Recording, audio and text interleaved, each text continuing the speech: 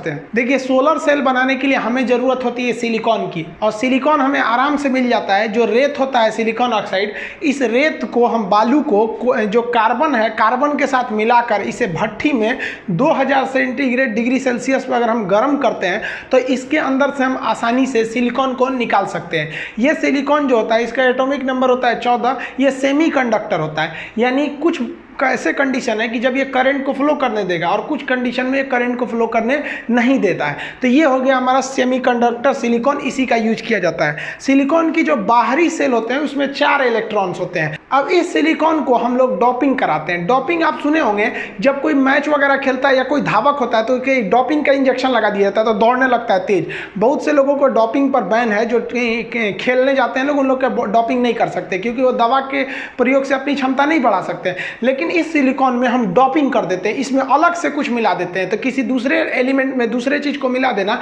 Doping कहलाता है। एक तरह से कहिए अशुद्ध कर देना डोपिंग कहलाता है। यह डोपिंग 2 चीज़ों से की जा सकती है। एक एल्युमिनियम का यूज कर सकते हैं, इसमें सिलिकॉन में कुछ मात्रा में हम एल्युमिनियम इंजेक्ट कर देते हैं, डोपिंग कर देते हैं। अब एल्युमिनियम की खासियत क्या है कि इसके बाहरी जो सेल है उसमें 3 इलेक्ट्रॉन है, तो इसको कितने चाहिए बाहर में? 4। तो हम जब इसमें एल्युमिनियम डालते हैं तो इसको चाहिए था 4, एल्युमिनियम के पास है 3 है, तो 4 चाहिए, 3 है, तो इसको अभी भी 1 इलेक्ट्रॉन की कमी रह जाएगी।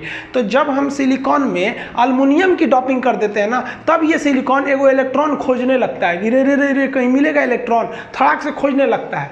लेकिन हम जब एल्युमिनियम की डोपिंग ना करके फास्फोरस की डोपिंग करते हैं तो फास्फोरस की बाहरी कक्षा में 5 इलेक्ट्रॉन होते हैं, क्योंकि इसका परमाणु क्रमांक 15 होता है। पहली कक्षा में 2 गया, फिर दूसरी में 8, 2 8 10 हो गया, बचा 5। जब हम 5 संयोजक पदार्थ जैसे फास्फोरस को हम अगर इसमें डोपिंग करा देते हैं तब क्या होता है? इसको चाहिए कितना था? 4। अब फास्फोरस जब मिला है तो फास्फोरस के बाहरी कक्षा में कितना है? 5। अब क्या करेगा? इसके पास एक इलेक्ट्रॉन की एक्स्ट्रा हो जाएगा। अब एक्स्ट्रा इलेक्ट्रॉन हो जाएगा तो खोज कहने लगेगा भाई किसी को चाहिए इलेक्ट्रॉन, ले जाओ, हमारे पास क्या हो गया? एक्स्ट्रा हो गया। पहले ये 4 था, तब 4 वाले में इसको कंफ्यूजन रहता है कि हम दे 4 इलेक्ट्रॉन या ले ले, लेकिन जैसे डोपिंग कराते हैं तब इसके अंदर एक निगेटिव एक पॉजिटिव का गुण आने लगता है। फास्फोरस की डोपिंग करा देंगे तो ये 5 इलेक्ट्रॉन को दे देता है, इसलिए इसके पास इलेक्ट्रॉन की अधिकता हो जाती है। क्योंकि इलेक्ट्रॉन निगेटिव होता है इसलिए इसमें निगेटिव की अधिकता हो जाती है। और अगर आप इसमें एल्युमिनियम दीजिएगा तो एल्युमिनियम में 3 ही इलेक्ट्रॉन है तो इलेक्ट्रॉन की कमी हो जाती है। क्योंकि इलेक्ट्रॉन खुद ही निगेटिव होता है तो जब इलेक्ट्रॉन की अधिकता होती है तो उस तरह के सिलिकॉन को हम निगेटिव सिलिकॉन या एन टाइप कहते हैं। और जब एल्युमिनियम मिलाएंगे तो एल्युमिनियम में इलेक्ट्रॉन की अधिकता नहीं होती है तो उसमें क्या करेंगे? हम पॉजिटिव टाइप सिलिकॉन या पी टाइप सिलिकॉन कहते हैं। इस तरह से हम सिलिकॉन को 2 भाग में बांट सकते हैं। एक पी टाइप वाला सिलिकॉन, इसमें इलेक्ट्रॉन ज्यादा नहीं है, और एक एन टाइप सिलिकॉन, इसमें इलेक्ट्रॉन ज्यादा है। एन मतलब हो गया निगेटिव। निगेटिव क्यों आया? क्योंकि खुद इलेक्ट्रॉन जो है वो निगेटिव होता है, जहां जाएगा वहां निगेटिव कर देता है। तो इस तरह से एक निगेटिव पॉजिटिव बन जाते हैं जिसे हम पी टाइप और एन टाइप कहते हैं। ये सिलिकॉन के 2 अलग अलग टाइप है जो डोपिंग के बाद बने। जब हम इसको आपस में जोड़ते हैं ना तो देखिए सिलिकॉन तो कुछ नहीं करेगा, लेकिन आप जब देखिए कि ये निगेटिव क्यों बना था। ये निगेटिव इसलिए बना था क्योंकि इसके पास निगेटिव चार्ज वाला इलेक्ट्रॉन ज्यादा था, यानी फास्फोरस ज्यादा था। तो वो फास्फोरस इस साइड में आ जाएगा, सिलिकॉन के एटम को उधर छोड़ देगा। और इसको अगर देखेंगे तो ये पी टाइप वाला पॉजिटिव क्यों बना था? क्योंकि इसके पास इलेक्ट्रॉन की कमी थी। जहां इलेक्ट्रॉन कम होता है वहां एक कोटर या होल हो जाता है, तो इस वजह से उसे पॉजिटिव कहते हैं। इसमें क्या मिलाया गया था? तो एल्युमिनियम। एल्युमिनियम इधर आ जाएगा और ये अपने अपने पॉजिटिव निगेटिव को शेयर कर लेंगे सब। जैसे शेयर करने लगते हैं सब तो बीच का एक एरिया को डिप्लेशन जोन कहते हैं। ये एरिया इलेक्ट्रॉन को आगे पीछे बढ़ने नहीं देता है। तो इस तरह के एरिया को हम पी एन जंक्शन कहते हैं कि इधर पी है और इधर एन है, मिलने वाले टाइम जगह को बोलते हैं पी एन जंक्शन। अब ये पी एन जंक्शन से हम इलेक्ट्रॉन कैसे बहाएंगे? देखिए ये है निगेटिव, यानी इलेक्ट्रॉन ज्यादा है। अगर हम इसको हीट दे दें, गर्मी दे दें इधर से, अगर इधर से हम हीट दे देंगे ना तो इसके पास ऑलरेडी इलेक्ट्रॉन ज्यादा था, निगेटिव टाइप था, और हीट पाएगा ना तो इसके अंदर का न्यूट्रॉन जो है बाहर निकलने लगेगा।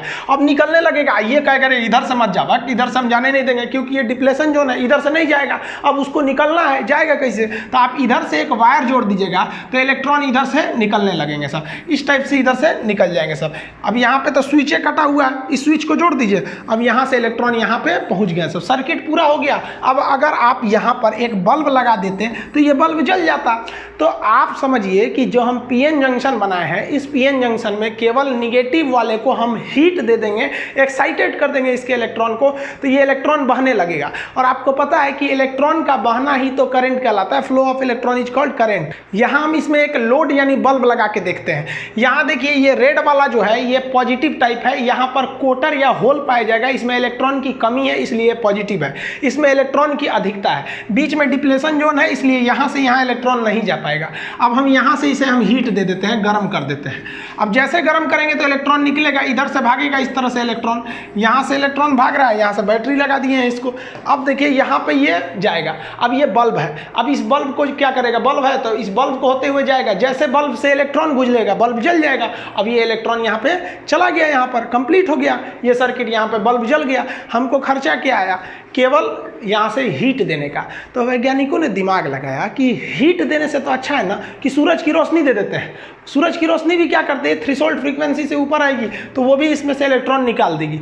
अब इसमें एक और समस्या थी कि सूरज की रोशनी हमको केवल एन वाले पे देना था, क्योंकि एन में निगेटिव है यानी उसमें इलेक्ट्रॉन ज़्यादा है। तो वैज्ञानिकों ने ना इसको उल्टा कर दिया, यानी पी टाइप को नीचे कर दिया और एन टाइप को ऊपर कर दिया, और इससे बना दिया सोलर सेल। सोलर सेल में अगर कहेगा कि कौन से जंक्शन का प्रयोग करते हैं तो पीएन जंक्शन, लेकिन याद रखिएगा सोलर सेल में निगेटिव वाला ऊपर रहता है क्योंकि निगेटिव वाला ना इलेक्ट्रॉन देगा, और पॉजिटिव वाला नीचे रहता है। दूसरा चीज, निगेटिव वाले की थिकनेस चौड़ाई बहुत कम रहती है। देखिए ऐसे तो सोलर प्लेट खुदे इतना पतला रहता है, लेकिन उसमें भी निगेटिव वाला कम पतला रहता है और पॉजिटिव वाला थोड़ा सा मोटा रहता है, ये पतला ये मोटा रहता है। कहेगा कि इसमें डॉपिंग यानी कि इसमें अशुद्धि ज़्यादा मिलाया गया है, तो निगेटिव वाले में डॉपिंग ज़्यादा कर दी जाती है। अब इसमें कर दिए आप डॉपिंग, यहाँ से देखिए आपका क्या इंसिडेंस लाइट है, यहाँ से लाइट आ रहा है, जैसे लाइट इस पे आएगा अब ये निगेटिव टाइप में से इलेक्ट्रॉन निकलने लगेंगे और ये पॉजिटिव वाला कहेगा आ जाओ आ जाओ आ जाओ। अब मान लीजिए आप कहीं जाना चाह रहे हैं, कोई आपको बुला रहा है आ जाओ आ जाओ, अब आप मान लीजिए आपके वाली बुला रही है आपके आ जाओ, आने से आगे से रास्ते नहीं तो पीछे से घूम के जाएंगे कि नहीं जाएंगे, तो ये पॉजिटिव वाला इसको बुला रहा है आ जाओ, इधर से रास्ते नहीं देगा, ये डिप्लेशन जोन है, तो अब ये इधर से जाएगा। अब यहाँ से जाएगा तो आपका मन है तो आप यहाँ पे बल्ब जोड़ दीजिए, पंखा जोड़ दीजिए, और नहीं तो यहीं से एगो तार जोड़ के बिजली के खंभा पे लेके चल जाइए, यहाँ से इलेक्ट्रॉन निकलेगा सीधे बिजली के खंभा पे, अब बिजली के खंभा से जितना घर जोड़ना है जोड़ दीजिए। तो यही होता है आपका सोलर सेल। इस सोलर सेल की एक खराबी क्या है कि ये जो करंट बनाता है ये डायरेक्ट करंट बनाता है, क्योंकि आप देखेंगे डायरेक्ट करंट की डायरेक्शन नहीं बदलती है, ये इसका डायरेक्शन नहीं बदलता है। अब ये डायरेक्ट करंट को तो आप बैटरी में स्टोर कर सकते हैं, लेकिन आपको चाहिए डायरेक्ट करंट डीसी के जगह पे आपको क्या चाहिए, एसी में। तो डीसी को एसी में बदलने के लिए एक इन्वर्टर की जरूरत पड़ती है, इसलिए इससे जो एनर्जी आती है इसको आप बैटरी में स्टोर करके जब घर में चलाना है तो आप क्या कर सकते हैं कि इन्वर्टर लगा सकते हैं। अगर स्टोर करना है तो बैटरी की जरूरत है, और आप चाहते हैं स्टोर नहीं करना डायरेक्ट यूज करना है, जैसे सूरज निकला सोलर प्लांट से लगा के तुरंत, तो बैटरी की जरूरत नहीं पड़ेगी। लेकिन अगर आपको स्टोर करना है तब बैटरी की जरूरत पड़ती है। इसलिए क्या किया जाता है, जो सोलर पार्क होते हैं बड़े बड़े सोलर पावर प्लांट, इसमें क्या है कि खुद ही इतना जगह लिए रहते हैं, इसका करोड़ों का बजट आ जाता है। अब बैटरी खरीदेंगे तो उस पर अलग से पैसा, इसलिए ये लोग बैटरी नहीं खरीदते हैं, सीधा सोलर प्लांट बिछा दिए यहाँ पर, यहाँ से यहाँ तक पूरा, और यहीं पे लगा देते हैं एक ठो यहाँ पर ये लोग अपना इन्वर्टर। सारा करंट को एक जगह स्टोर करके इन्वर्टर ले आते हैं, इन्वर्टर उस करंट को एसी में बदल देता है। ट्रांसफार्मर आपको पता है कि डीसी में काम नहीं कर सकता, ये क्या करेगा ट्रांसफार्मर, इस इन्वर्टर द्वारा बनाए गए एसी करंट जो है इसके वोल्टेज को बहुत बढ़ा देगा और ये तुरंत सीधे दे देगा ग्रिड को। अब ये ग्रिड पहुंचा दीजिए आपको जहां पहुंचाना है, जिस शहर में पहुंचाना है। तो जो हम लोग जो बनाते हैं उसके लिए बैटरी की जरूरत है, लेकिन जो गवर्नमेंट बिजली बनाती है वो बैटरी का यूज नहीं करती है और डायरेक्ट ग्रिड में ले जाके भेज देती है। देखिए जो सोलर सेल होते हैं इसके कई लेयर होते हैं। आप ये वाला जो लेयर देख रहे हैं ये तो कोई लेयर ही नहीं है, ये तो फ्रेम है एल्युमिनियम का। आप खरीदेंगे तो साइड साइड में लोहा का इसे सेट किया रहता है, स्टील का वो फ्रेम है, वो मजबूती के लिए दिया है। मेन जो होता है इसके ऊपर एक शीशे की परत होती है, ग्लास। ये तो फ्रेम हो गया, ये तो साइड से लगा रहता है केवल, ऊपर से तो कुछ नहीं होता है। तो ये एक शीशा का ग्लास होता है। ये ग्लास क्या करता है, इसको चोट से बचाता है, स्क्रैच से, धूल से, इस सब चीज़ों से बचाता है, पानी उनी घुसने नहीं देता है। ये शीशा का सबसे बड़ा काम काम क्या है कि अगर आप इस शीशे को नहीं लगाते ना तो जो सोलर एनर्जी इस पर आती वो 50% रिफ्लेक्ट कर देता, ये सोलर सेल भेज देता। तो भाई जब इसको जितना एनर्जी मिल रहा है उसका वापस भेज देता, तब तो आपका काम ही नहीं हो पाता। इसलिए यहाँ लगा दिया जाता है शीशा। ये जो शीशा होता है ये केवल 5% ही प्रकाश को वापस लौटने देता है, उसके सिवा प्रकाश को लौटने नहीं देता है। इसके अंदर एक कोटिंग की जाती है, इनकैप्सुलेंट की लगा दिया जाता है। ये क्या करता है इनकैप्सुलेंट, इसको मॉइस्चराइजेशन से बचा देता है, नमी नहीं होने देता है, और जितना भी एनर्जी आया है उस एनर्जी को एब्जॉर्ब कर लेता है। ये वाली जो परत होती है ना, यहाँ जस्ट शीशे के नीचे वाली ये परत, ये पूरी एनर्जी को एब्जॉर्ब कर लेता है कि ये जो सोलर सेल लगा हुआ है ये ब्लू कलर का, ये पूरी तरह से इसको एनर्जी मिल सके। और आप सोलर सेल का जो मेन हिस्सा तो सोलर सेल है, इसका कंस्ट्रक्शन समझ ही गए हैं। इसके दो लेयर होंगे, ऊपर वाला एन टाइप, नीचे वाला पी टाइप। हो गया, एन टाइप से इलेक्ट्रॉन निकलेगा, पी टाइप में जाएगा, सर्किट पूरा हो जाएगा। नीचे फिर एक ठो हम लोग कोटिंग लगा देते हैं और उसके नीचे एक ठो सीट लगा देते हैं जिसपे इस सारे चीज को सेट किया जाता है। और इससे जितनी भी करंट आती है उसको यहाँ पर हम लोग एक जगह इकट्ठा कर लेते हैं जिसे जंक्शन बॉक्स कहते हैं, और यहीं से करंट की सप्लाई भेज दिया जाता है। तो इसके जो शीशा लगाना है वो काफ़ी महत्वपूर्ण है। अब ये परत को एक दूसरे पर रख दीजिएगा तो ऐसे बिस्किट की तरह बिखर जाएंगे, इसको बांधना जरूरी है। तो साइड साइड से ऐसे लोहा का फ्रेम लगा के और उसको कस दिया जाता है ताकि ये अलग अलग न हो। सोलर सेल जो होता है वो बहुत छोटा डिवाइस होता है। सोलर सेल, इसकी क्षमता इतनी कम होती है 0.5 वोल्ट, यानी आधा वोल्ट। आधा वोल्ट पे तो कुछ नहीं चलता है भाई साहब, हम लोग के यहाँ जो पंखा भी चलता है 220 वोल्ट पे चलता है, 12 वोल्ट पे तो बैटरी वगैरह चलती है, छोटे छोटे बल्ब वगैरह। तो ये तो 0.5 वोल्ट देता है। तो ये सोलर सेल किसी काम का नहीं है। लेकिन हम क्या कहते हैं, यूनिटी हैव स्ट्रेंथ, आप पढ़े होंगे, एकता में बल है। इसी सोलर सेल को जब आप कई ठो इकट्ठा कर देते हैं तो इससे बन जाता है सोलर मॉड्यूल। अब यहाँ देखिए ये अकेला है तो ये सोलर सेल है, और ये क्या बना दिए है, सोलर मॉड्यूल। इस सोलर मॉड्यूल में 72 सोलर सेल है। अब एक सेल का वोल्टेज 0.5 है तो 72 सेल से कितना वोल्टेज बन जाएगा, 36 वोल्ट का। 36 वोल्ट तो वोल्टेज ज़्यादा हो गया। अब हमको इससे भी ज़्यादा करना, आप जो खरीद के लाते हैं ना बाजार से, एक प्लेट लेके आते हैं ऐसे वाला, तो आप सोलर मॉड्यूल खरीद के लाते हैं, बोलते हैं सोलर पैनल खरीद के लेके आए हैं। तो ये सोलर मॉड्यूल हो गया, इसमें वोल्टेज ज़्यादा हो गया। अब पता चला इससे भी इसका भी ग्रुप बना दे, तो सोलर मॉड्यूल का जब आप ग्रुप बनाएंगे तो उसे हम लोग कहते हैं सोलर पैनल। एक आदमी व्यक्तिगत जो लेके आता है वो सोलर मॉड्यूल लेके आता है, लेकिन आप देखते हो ना घर के ऊपर आदमी बिछा देता है, तो वो क्या बिछा देता है, आपका सोलर पैनल। और पूरे छत के ऊपर बिछा देना है पूरा ज़्यादा एरिया में, तो उसे कहते हैं सोलर एरे। ये और भी ज़्यादा होता है, बस इसी का एक संख्या बढ़ाते जाइए। और सोलर एरे से भी बढ़ाना है तो एक ही बार आप सोलर पार्क लगा दीजिए, सोचो पूरा खेते भर दीजिए आपका 20 बीघा में, तो ये हो गया आपका सोलर पार्क। ये सोलर पार्क जो है पूरी दुनिया में जितने बड़े बड़े सोलर पार्क हैं उस 5 बड़े पार्क में से 3 तो इंडिया में ही है। इतना बेहतरीन अचीवमेंट है हम लोग का। लेकिन इस सोलर पार्क की सबसे बड़ी खराबी नहीं, इसमें करोड़ों रुपए लगते हैं। उसके बाद से इनके ऊपर सफाई करनी पड़ती है, धूल जम जाएगा तो उतना अच्छा से वर्क नहीं करेंगे, बादल रहेगा तो उतना अच्छा से वर्क नहीं करेंगे, बारिश हो गया फिर भी उतना नहीं करेंगे, और 24 घंटे तो ये काम नहीं कर सकते हैं क्योंकि जब तक दिन रहेगा तब तक ही वर्क करते हैं। अब ये जो सोलर सेल होते हैं, मतलब मॉड्यूल का ये सेल, बस उसकी तो संख्या बढ़ा रहे हैं आप, तो इसकी भी 3 कैटेगरी होती है।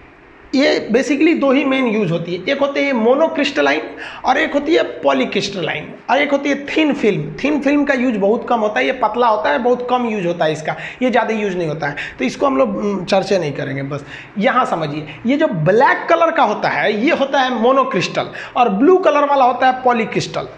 ये वाले ज़्यादा बढ़िया होता है, ये कम बढ़िया होता है। ये कम रोशनी में भी काम करेगा, इसके लिए फुल रोशनी चाहिए। इसमें क्या है कि मतलब बादल वगैरह भी रहेगा तो भी काम कर देगा। इसके लिए भैया बादल नहीं चाहिए, आपको एकदम पूरा कड़कड़ा के धूप चाहिए। यानी अगर आप राजस्थान में हैं तो आप ब्लू वाला लगा सकते हैं, आपको धूप भयानक मिलता है। लेकिन आप उत्तराखंड, हिमाचल प्रदेश जैसे ठंडे एरिया में हैं तो फिर गलती से भी पोलो क्रिस्टलाइन नहीं लगाइएगा, आपको क्या लगाना पड़ेगा, मोनो क्रिस्टलाइन लगाना पड़ेगा। अब इसकी फैसिलिटी ज़्यादा है तो ये महंगा भी आता है, ये थोड़ा सस्ता रहता है।